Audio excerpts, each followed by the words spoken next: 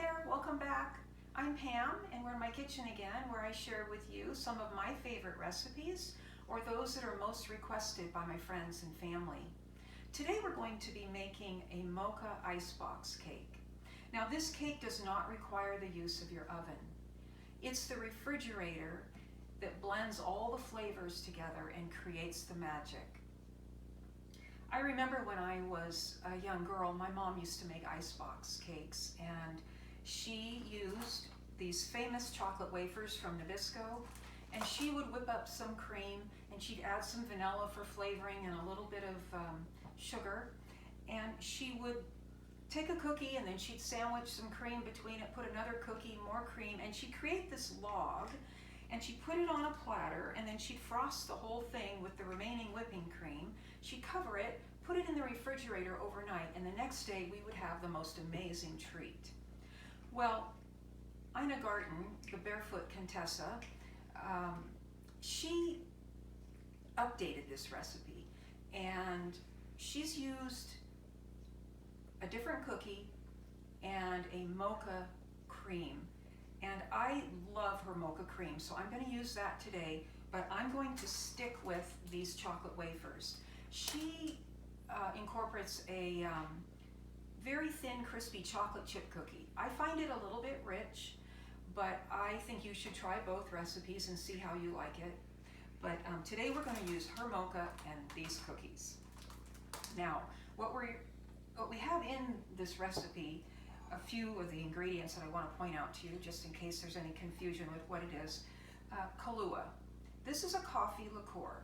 You do not absolutely have to use this in this recipe, but it will change the flavor, and I highly recommend you use it. It's a 1/4 cup of alcohol in the entire cake, and the cake probably serves 12 people, so you're not getting that much. But if you're completely against that, it's fine, it'll still work. We're also using some nice vanilla, some Hershey's cocoa powder, and this here is espresso instant coffee. You can buy it at any store in the coffee section. It's granules. We're going to use a teaspoon of that. And then the one thing that I really wanted to point out to you was the Italian mascarpone cheese.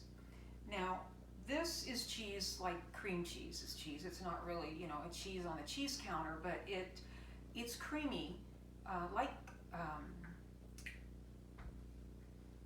cream cheese, but cream cheese has a brighter, little bit tart flavor, and this is more velvety and smooth, and goes really nicely in this recipe. I would not recommend you substitute the two.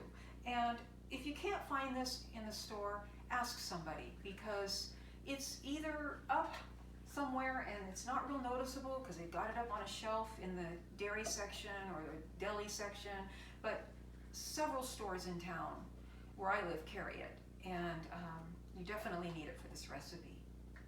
So what we're going to do first is just put all of these ingredients in this mixing bowl, mix them up to stiff peaks. That's it. And once that's mixed up, we're going to layer this dessert and put it in the refrigerator. Okay, so let's get the mixer going. This is my 12 ounces of my Italian mascarpone cheese. That's the tubs come in 8 ounces usually, so it's a tub and a half. We've got some sugar, our Kahlua, our coffee powder,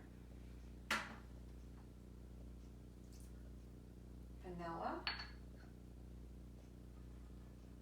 cocoa powder, and I will grab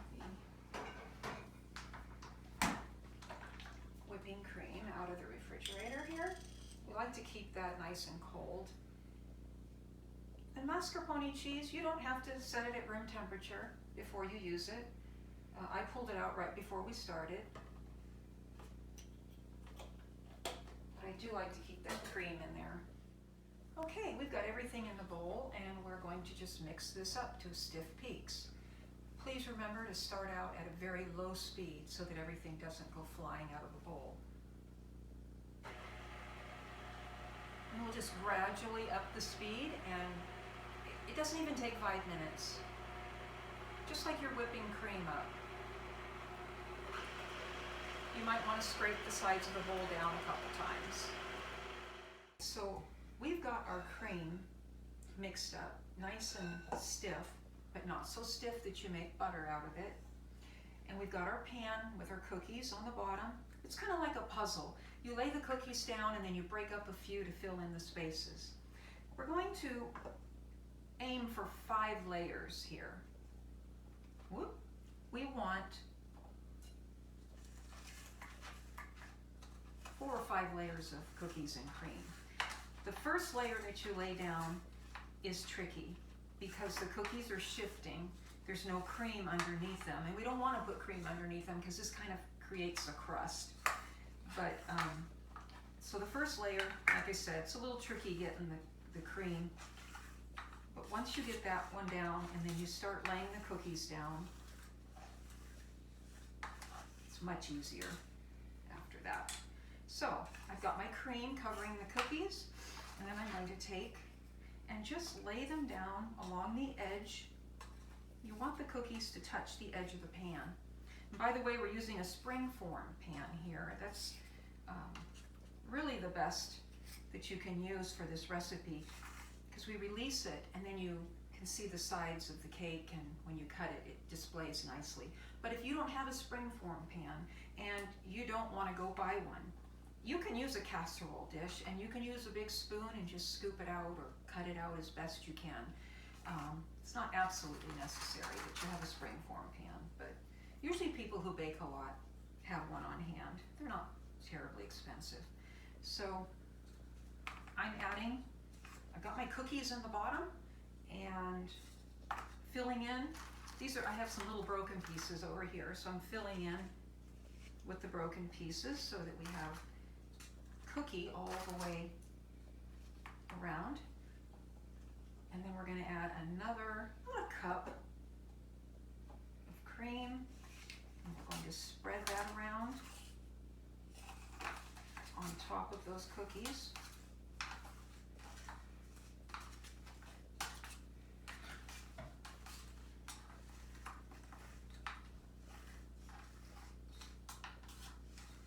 So I've got my cream. Grab another stack of cookies. Like I said, have it touch the side of the pan so that when you release the pan from the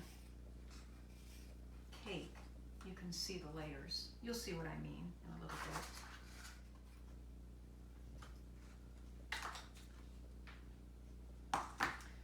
Okay, I think this is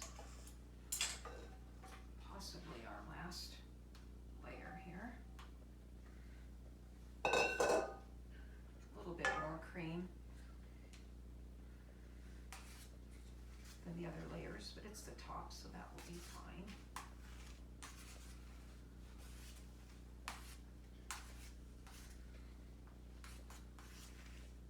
Smooth it out nice and level. Cover it with plastic wrap and refrigerate it for 24 hours. Just overnight is okay, but I've found actually that I like the consistency of it at least 24 hours, or even the second day or the third day. This isn't going to keep indefinitely in your refrigerator though. You need to use it in 3 or 4 days, but I don't think you're going to have any trouble with that because your family's going to eat it. Okay, so I'm going to cover this with plastic wrap and put it in the fridge. Okay, so I made one of these yesterday because this needs to sit for 24 hours, and I wanted to have one ready to show you. So I've covered it with plastic. Taking that off, I'm going to set it on my cake plate.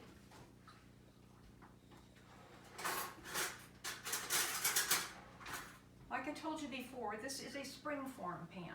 So we're going to release it right here and lift it off. But before we do, we just want to run a knife around the sides and loosen it a little bit.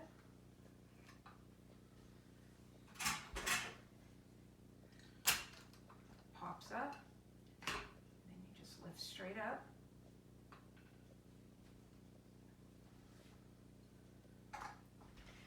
see the layers from the cookies before serving it. Now it's still sitting on the base of the pan, but they took the sides off, and that's why this is so nice to use a springform pan instead of a casserole dish, because when we cut it, we'll see the pretty layers and you can see them from here.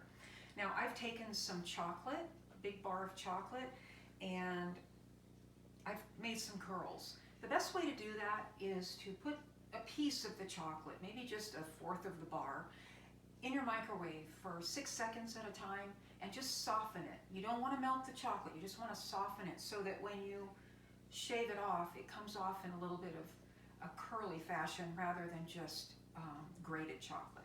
So I'm just going to sprinkle these on top for presentation.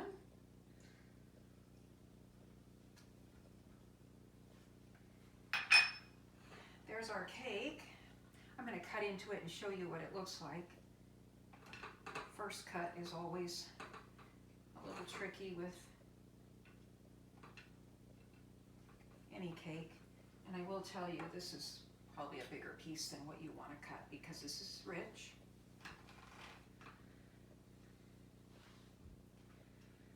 There is our mocha cake.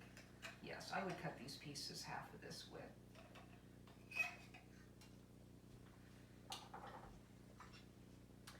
Those cookies have softened up, and they're just like chocolate cake layers, only you didn't have to make the chocolate cake.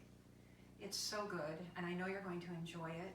And again, like I said, in the summertime when you don't want to turn your oven on, let the refrigerator do the work. Let me know if you make this and if you like it. Thank you. Bye.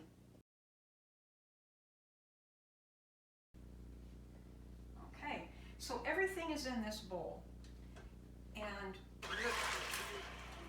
oh, that's what you don't want to do.